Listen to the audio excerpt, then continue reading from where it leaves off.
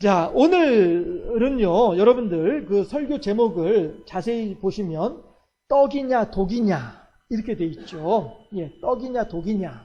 예. 아주 그 공격적인 그러한 제목을 제가 정해봤어요. 오늘 본문을 딱 보는데 순간에 이 본문은 이번 주에는 이렇게 설교해야 되겠구나. 떡이냐 독이냐 이걸 가지고 설교해야 되겠구나 하는 것이 딱 떠오르더라고요. 그래서 주님이 주신 영감인 줄로 믿고. 예. 임 권사님 영감 계세요? 저는 주님이 영감을 주셨어요. 예. 아무튼 간에. 예. 그래서 떡이냐 독이냐라고 하는 설교 제목을 한번 정해봤고요. 그 다음에 또 하나 여러분들한테 설교 들어가기 전에 또 미리 말씀드릴 내용이 오늘 본문과 연관지어서 지금 저 떡이냐 독이냐 글자 바로 위에 걸쳐져 있는 것이 보이시죠? 저게 떡이에요. 저게 떡이에요. 헬라어로 원어 성경에 보면은 아르토스라고 나와 있거든요. 그래서 아르토스라고 해서 검색을 해보니까 저 그림이 나오더라고요. 저거는 제가 지금 생각해 보건데 옆에 포도주도 있고 하는 걸 보니까 옆에 십자가도 있고 하는 걸 보니까 저건 아마도 그리스 정교회 쪽에서 사용하는 성례전에 사용하는 그 그림이 아닐까 싶어요. 저게 아르토스이고요. 아르토스는 저거 말고도 또 다른 그림도 있습니다만은 그래도 가장 선명하고 가장 확실한 모양이 있는 것이 저 그림이라서 저 그림을 한번 여러분들한테 보여드리고요. 저게 아르토스예요. 저거는 이제 누룩을 넣어가지고 부풀려 놓은 거죠. 근데 저걸 왜 떡이라고 할까? 저 빵인데. 그쵸? 저거 빵이에요. 권 집사님, 유 집사님, 저기 중동 쪽에 여행하시면서 피타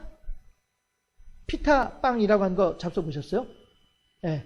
피타라고 하는 빵이 또 있어요. 네. 그 피타라고 하는 것은 베두인족들이 지금 현재 중동 지역에 살고 있는 여러 부족들 가운데 베두인족이라고 하는 부족이 있는데 이 베두인족이 가장 당시의 생활 모습을 가장 그대로 고스란히 간직하고 살아가는 부족이 베두인족이에요. 그런데 그 베두인족이 먹는 주 음식이 우리 한국 사람들 삼시세끼 밥 먹듯이 쌀밥 먹듯이 그 베두인족들이 주로 먹는 음식이 뭐냐면은 저 피타예요. 피타. 저도 이름이 좀 헷갈리네요. 피타라고 하는 이름에 그것도 빵인데요. 이거는 아르토스이고요.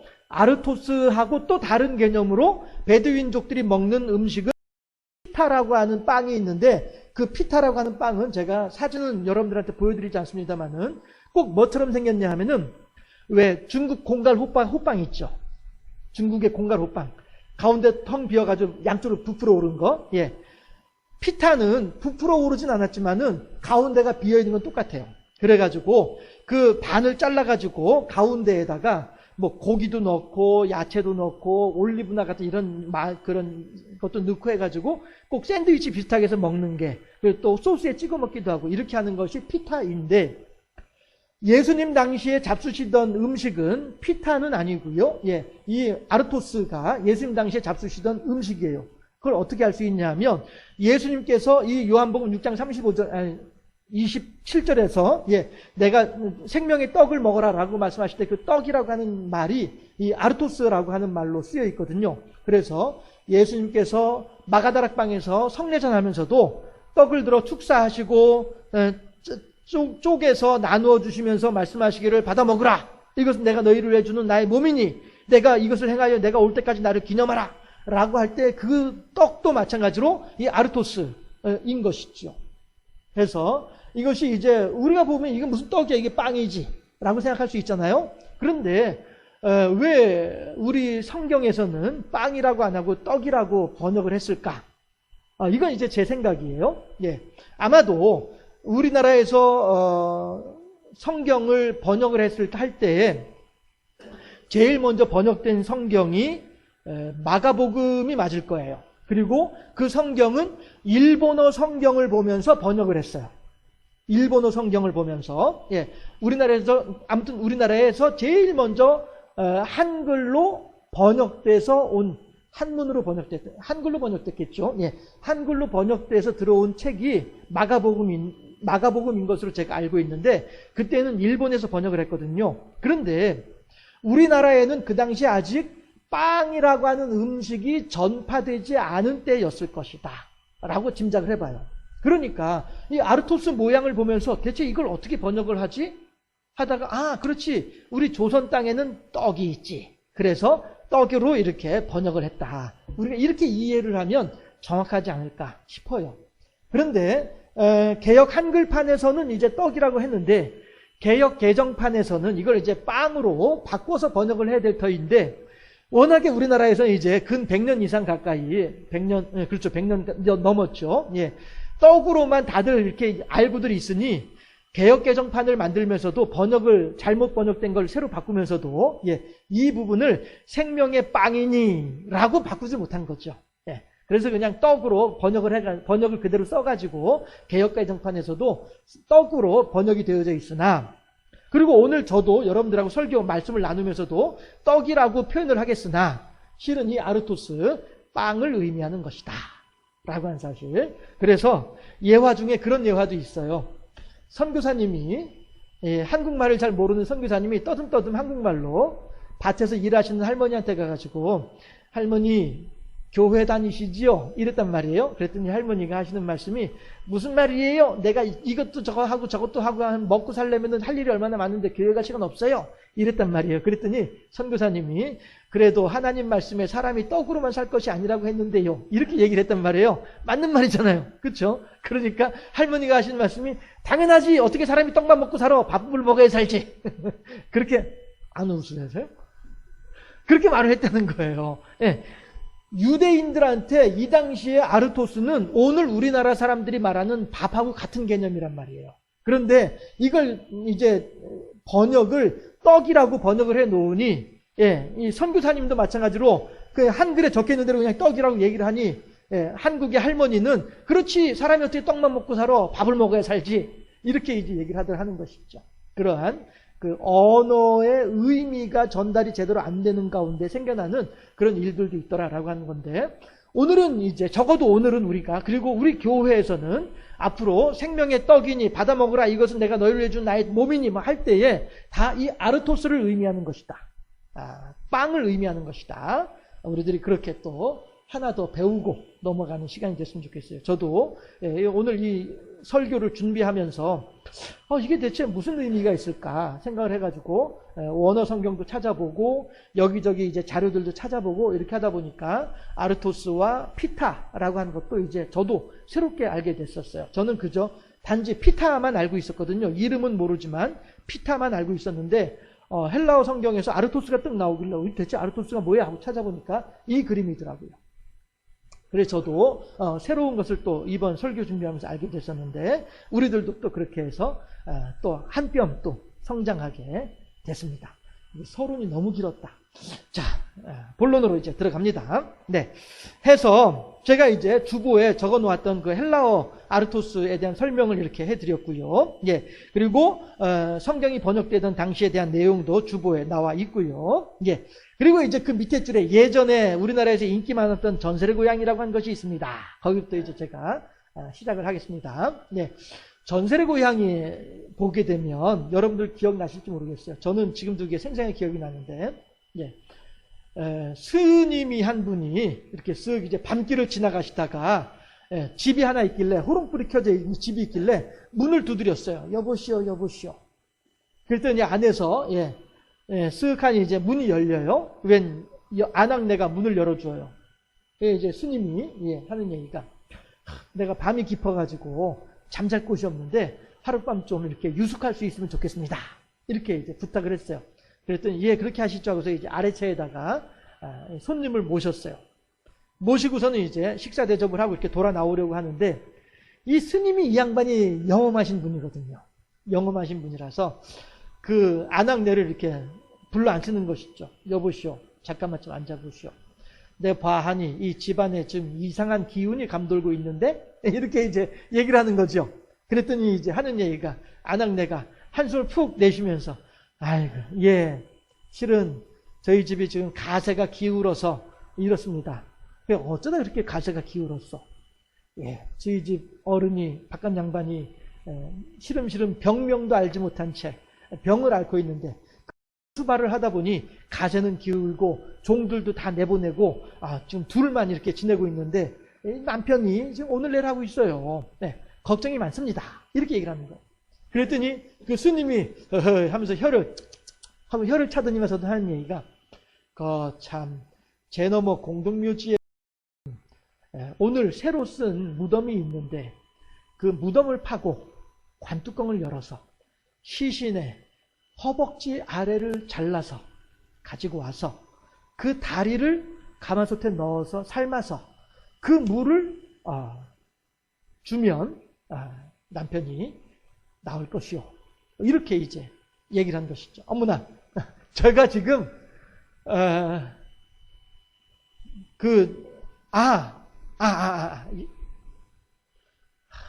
저도 헷갈리네요. 저도 헷갈리네요. 자, 어쨌든지 간에 그래가지고 이제 어쨌든 이제 다 각설하고 아무튼 거기까지 똑같아요. 남편이 이름을 알 수 없는 병에 걸려가지고 시름시름 앓고 있어요. 그래가지고 부인이 어떻게 그건 이제 내 다리 내놔라고 내 다리 내놔라고 그 이야기 말고 다른 이야기인데 제가 이제 두 이야기가 섞여가지고 헷갈렸어요. 여러분들 양해해 주시고요. 자, 지금까지 건 다 잊어버리고 자. 집안이 기울어서 더 이상 남편이 오늘 내일 하는 것까지 똑같아요. 똑같은데 부인이 어떻게 생각을 했냐 하면은 이제 남편도 곧 과하니 오늘을 못 넘길 것 같고 뭐 집안도 다 기울었고 자식도 없고 그렇다고 해서 내가 일부 종사를 해야 되는데 아직껏 뭐 남편도 어차피 뭐 이제 곧 오늘을 못 넘길 것 같으니까 나도 그냥 남편 옆에서 같이 죽자 이러고서 비상 청산가리 이거를 이제 한 대접을 이제 물에다 섞어가지고서 남편 머리맡에 두고서 이 부인이 무슨 일이 이제 갑자기 죽기 전에 무슨 급한 일이 있는지 밖으로 나갔단 말이에요.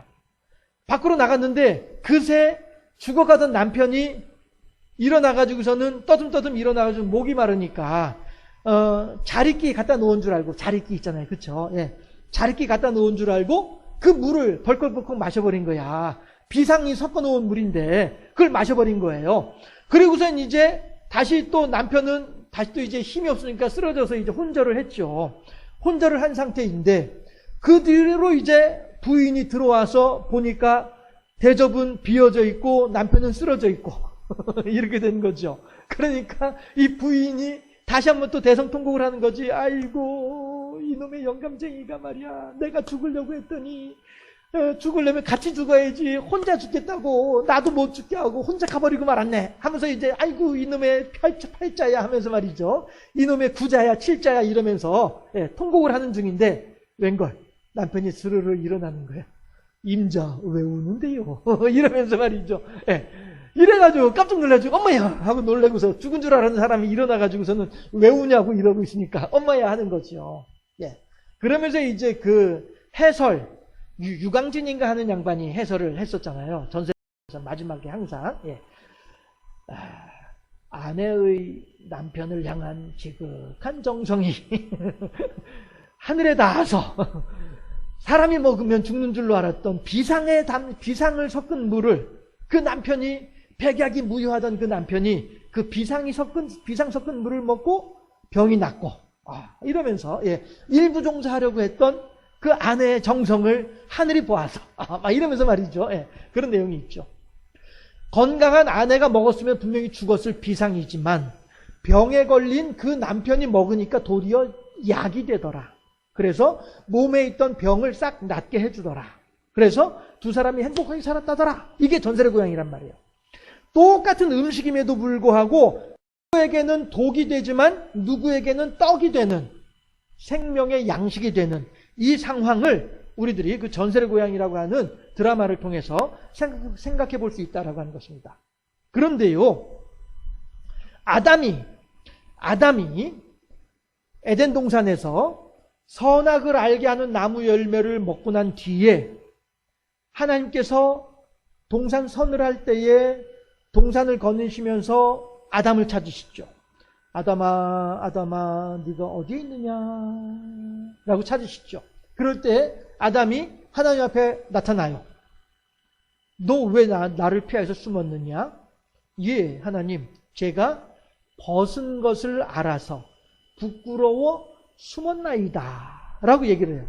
그랬더니 하나님께서 화들짝 놀라시면서 실제로 놀라게 했겠습니까? 예, 그냥 제가 설명을 이렇게 하는 거죠. 하나님께서 하신 말씀이 네가 벗은 것이 부끄럽다는 사실을 어떻게 알게 되었느냐? 몰라서 물으시나요? 너의 하라 이거죠. 무슨 일이 있었는지 너 스스로가 얘기를 라고 한 것이죠. 사람이 상황을 이야기함으로 말미암아 나의 생각 속에 구조화를 한다라고 하는 말을 해요.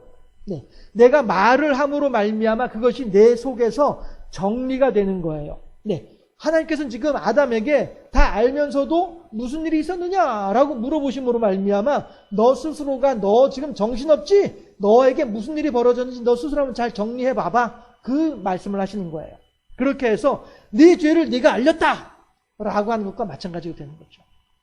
그러니 아담이 뭐라고 얘기를 하냐면은 하나님께서 내게 나와 함께 하라고 주신 이 여인이 먹으라고 해서 그 열매를 먹었나이다 라고 얘기를 하죠. 이 말은요, 자 여러분들 우선 그 앞에 장면부터 가보도록 하십시다. 여인이 하와가 아담에게 와서 여보 이거 지금 먹어도 된대요. 저 뱀이 나한테 이거 먹으면 하나님하고 똑같아진대요. 나도 먹었는데 봐봐 너무 맛이 있어. 좋아. 되게 맛이 있어요. 먹어봐요. 이거 먹으면 하나님하고 똑같아진다고 하니까 얼른 먹어봐요 라고 한단 말이에요. 그랬을 때에 아담에게는 어떤 생각이 드냐면은 그래? 이걸 먹으면 하나님하고 똑같아져? 이야 하면서 그거를 먹었단 말이에요. 다시 말해서 아담은 하나님하고 똑같아지고 싶은 그 욕심이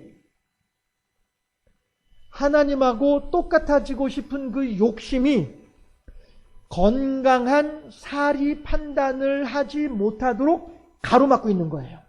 왜 우리 속담에도 소탐대실이라고 얘기를 하잖아요.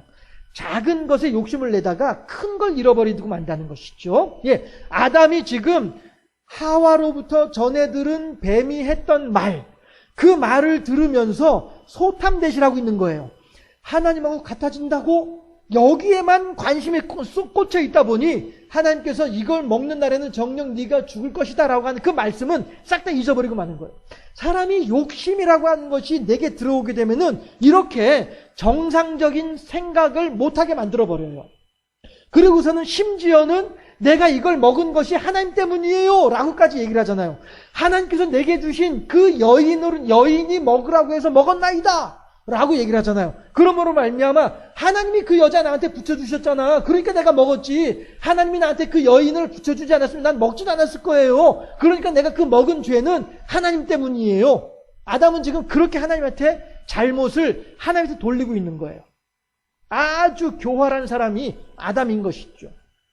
그런데 제가 원고를 여기까지 작성을 딱 해놓고 보니까 한 사람 생각나는 사람이 있어요. 이 거룩한 주일에 하나님의 말씀을 전하면서 이 이야기를 하기가 참 저도 안 그래도 쭉 써놨다가 이 주보의 한 3분의 1가량을 그 내용으로 써놨다가 다 지워버리고 말았어요. 아 이게 지저분한 얘기를 꼭 해야 돼 싶어가지고 다 지워버리고 말았어요. 그러나 이거 이야기는 꼭 해야 됩니다. 뭐냐 하면 우리나라에 검찰총장 출신으로 대통령이 되겠다고 꿈을 꾸는 사람이 있어요. 그런데 분명한 사실이 있는데 뭐냐 하면은 이 사람은요 지금 그의 아내가 돼 있는 그 여인과 더불어서 처음에 관계를 시작할 때에는 어떻게 약속을 하고 서로 관계를 시작을 했느냐 하면은 우리 결혼은 하지 말자. 한 아파트에서 같이 살되 결혼은 하지 말자. 이렇게 서로 간에 서약을 하고서 시작했던 관계였었어요. 그랬는데 그 여인이 이미 여러 가지 범죄에 연루되어 있다라고 하는 혐의가 있는 여인이었었거든요. 그러니 이 범죄 피의자와 검사가 밥 먹는 것조차도 금지되어 있다네요. 피의자와는 밥을 먹는 것조차도 금지가 되어 있다고 하더라고요. 그런데 이거는 밥을 먹는 게 문제가 아니라 아예 한 집에 살고 있으니까. 이러니까 이것을 가지고 문제가 돼서 그 검사를 징계를 할 상황이 됐어요. 그런데 그때 그 징계위원장이 누구냐면 황교안이라는 사람이에요. 그래서 황교안이라는 사람이 너 이거 보니 너 분명히 이거 징계받을 상황이야. 너 옷 벗고 나가야 돼. 어떻게 해결하면 좋겠냐? 라고 했더니 그때 검찰, 이건 이제 전해지는 이야기예요. 정확한 사실인지는 모르겠는데 그렇게 그렇게 이야기들을 하고 있어요. 그 검사가 그래도 내가 옷 벗고 나가는 것보다는 이 여인하고 결혼을 하는 것이 그나마 낫겠다. 그래서 결혼을 하고 징계는 옷 벗는 것이 아니라 정직 1개월로 감봉 처분 당하는 거로 이렇게 정리가 된 거예요. 그렇게 해서 결혼을 하게 된 거거든요. 그런데 문제는 뭐냐면은 이 여인이 이 검사와 같이 관계를 하면서 자기가 저질렀던 여러 가지 범죄 내용들을 싹 다 이 검사가 없는 것처럼 유야무야 해줬다는 거예요. 이게 중요한 사실이죠.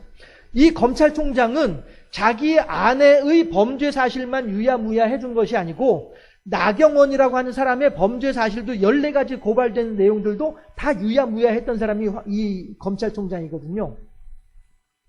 그런데 이 사람은 결국에는 자기가 잘못한 일들도 있고 자기의 아내가 잘못한 일도 있고, 물론 이 아내는 결혼하기 전부터 있었던 일들이었고 결혼할 당시에도 그 일을 여전히 하고 있었고 결혼한 이후에도 또한 그 일을 계속하고 있었고, 이 상황이에요.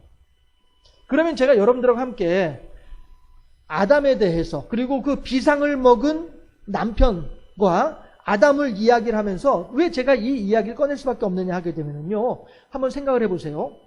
이 사람들이 검사하는 직책을 가지고 이런저런 일들을 없는 것으로 만들어버려서 막대한 수십억의 돈을 벌어들이고 있을 그 당시에 이 사람들은 어떻겠어요? 너무너무 행복했겠죠. 야, 그렇지, 힘은 이렇게 이런 데 쓰라고 있는 게 힘이지 하면서 그렇게 수십억의 돈을 다른 사람의 눈에 피눈물을 나게 만들면서 수십억의 돈을 자기 주머니에 챙겨 넣을 때에는 얼마나 신났겠어요. 얼마나 즐거웠겠어요. 얼마나 행복했겠어요. 제가 전에 들은 이야기로는 뭐 어떤 사람들은 그 당시에 이제 예전 일이죠. 500원짜리 지폐에 있을 당시에 500원짜리 지폐 가지고 불 붙여가지고 담뱃불 붙이고 뭐 이렇게 했다고 하더라고요. 워낙에 돈이 많으니까. 한꺼번에 막 돈이 막 엄청난 돈이 생기니까 그 돈을 주체를 못 해가지고 그렇게 했다라고 하더라고요. 뭐 이 검찰총장이나 그 부인 되는 사람들이 그렇게 했는지는 모르겠지만은 그렇게 기분이 좋았더라. 우리 표현을 하면은 째지는 기분이었겠죠. 그 당시에는. 그러나 그 당시에 그것이 나한테는 너무나도 행복한 일들이었을런지 모르지만 지금 당장 대통령이 되려고 하다 보니 그 일들이 하나하나 다 튀어 올라오는 거예요. 하나하나 다 드러나고 있는 거예요. 그러면서 내가 대통령이 되기는커녕 이제 지금 까딱 잘못하면은 감옥에 들어갈 상황이 돼 있는 거예요.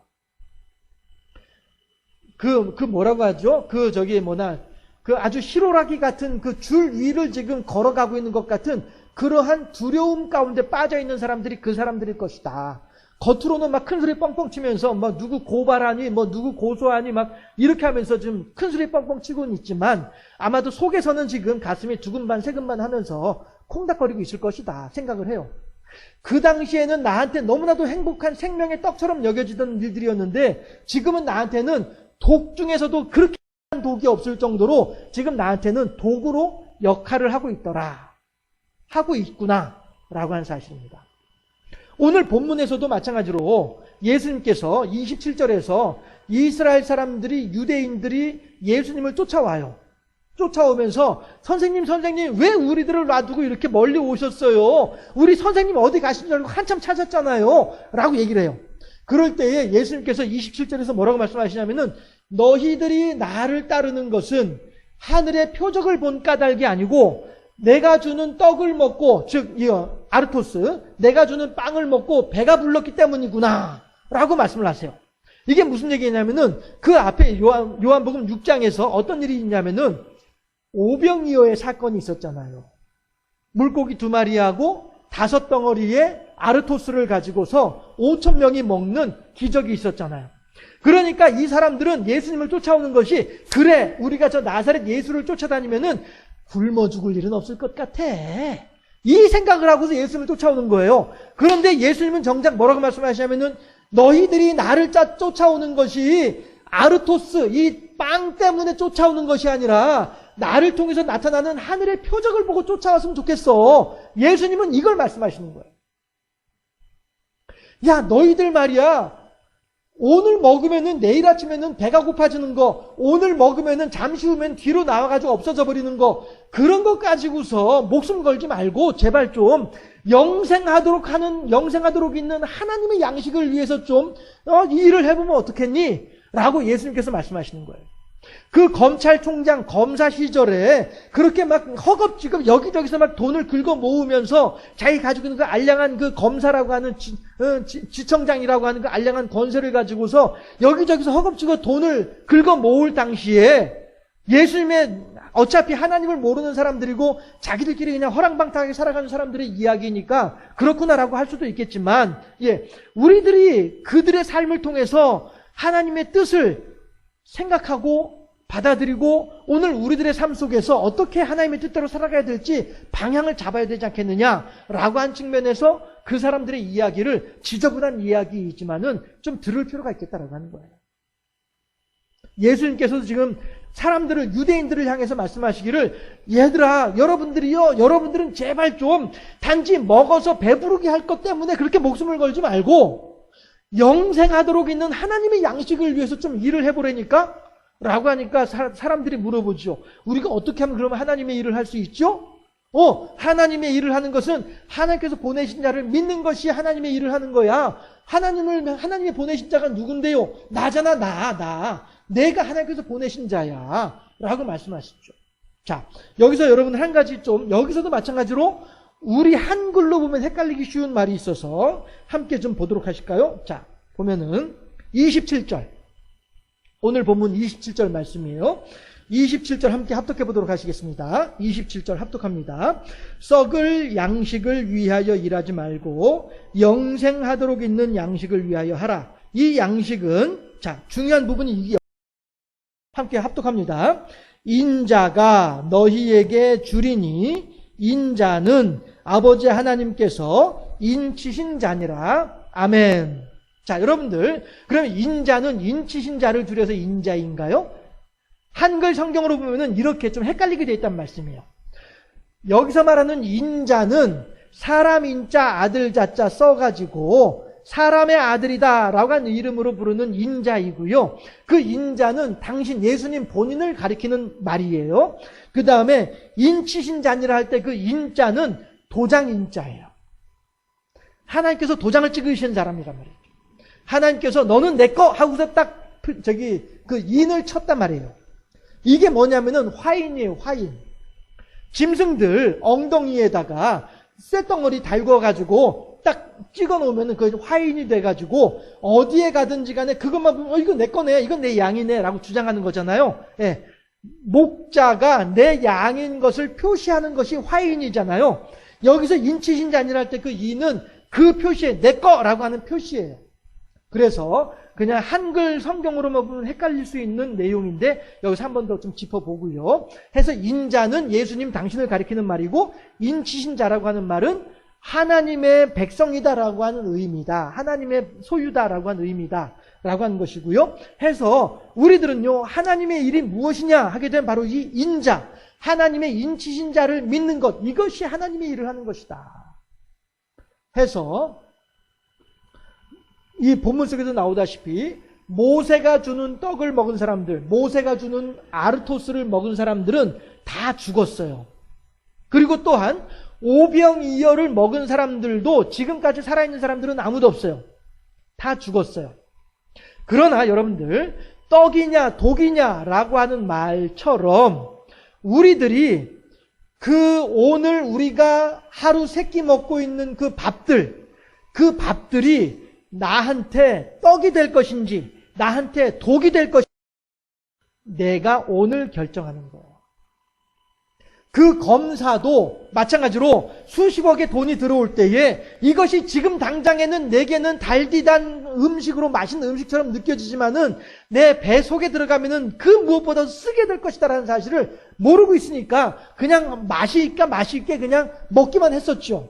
그땐 그것이 떡인 줄로만 알았죠. 그러나 지금은 그 무엇보다도 떨쳐낼래도 떨쳐낼 수 없는 독이 되어 있단 말씀이에요. 잠언서에서든가요, 성경에서도 그런 말 있잖아요. 뇌물이 입에 들어갈 때는 달지만 뱃속에서는 쓰게 되리라. 우리들이 오늘 하루 살아가는 삶의 발자취들이 과연 나의 10년 후에, 나의 20년 후에 내게, 20년 후에 나에게 생명의 떡이 될 것인지 아니면 고통스러운 독이 될 것인지는 오늘 내가 결정하는 거예요.